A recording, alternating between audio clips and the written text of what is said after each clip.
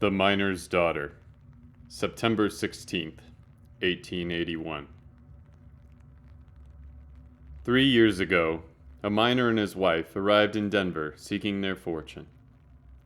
The city was booming to celebrate the 4th of July, and an ad in the Denver paper reported that the new town of Independence was overflowing with gold.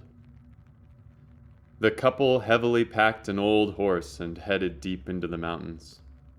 When they arrived, the town was bustling with miners and hunters, hauling the spoils of their day up and down the mountain. Summer in Independence was busier than they had imagined. Hotels, a general store, and a number of saloons satisfied every need. They staked a claim and found a spot for their first mine, nestled between the hills near a wide curve of the Roaring Fork River. They soon started building their cabin, working together to cut down pine trees. Once they were set, the miner climbed up the mountain and found a rocky spot to start digging. He was incredibly lucky, and right away he uncovered loads and loads and loads of gold. Later, with a glimmer in her eye, the miner's wife announced that she was pregnant. They were excited but worried because they had heard that the winters in Independence were some of the harshest in the country. Soon, Jacqueline was born, a beautiful girl with blue eyes like her mother and brown hair like her father. They were elated and planted berries around their home to celebrate the birth. But the seasons moved on. Early in 1881, the bitter cold set in fast, and their cabin, built without experience, was drafty. Jacqueline passed away in the night. They buried her with the other children in the Ute cemetery and wept quietly in their home. Eventually, the miner knew that he had to continue to work in the mine to make enough for him and his wife to survive. When he returned to his mine, there was a strange flurry of snow floating by the entrance, and he thought he saw something, but wasn't sure just what. As he approached, he saw that it was a little girl with blue eyes and brown hair, and she spoke. "Father, Father, come play. Come down in the mines and we can play all day."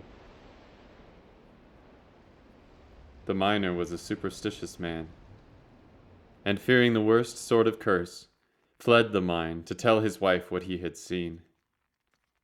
She was overjoyed at the thought of seeing her daughter again, but the miner warned her not to return to the mines, that spirits were not to be trifled with, and that ghosts could be an omen of terrible things to come. She didn't listen, and later that night, she headed up the hill to the mine. The snow was blowing harder now, whipping past the entrance, and there she saw something, but wasn't sure just what. And as she approached, she saw that it was a little girl with blue eyes and brown hair. And she spoke. "Mother, Mother, come play. Come down in the mines and we can play all day." She was terrified, but she knew this had to be her daughter, and so she followed her down into the mine. Down deep, so deep that the miner didn't dig there anymore because all of the gold had already been dug out. And there was a collapse, and the miner's wife was trapped forever. The miner cried alone in his cabin for the loss of his daughter and now his wife. In the middle of the night, in a fit of anger and tears, he returned to his mine. The snow that had been blowing earlier was now a full-on blizzard, stronger than any he'd ever seen. And there, clear as day, he saw a little girl with blue eyes and brown hair.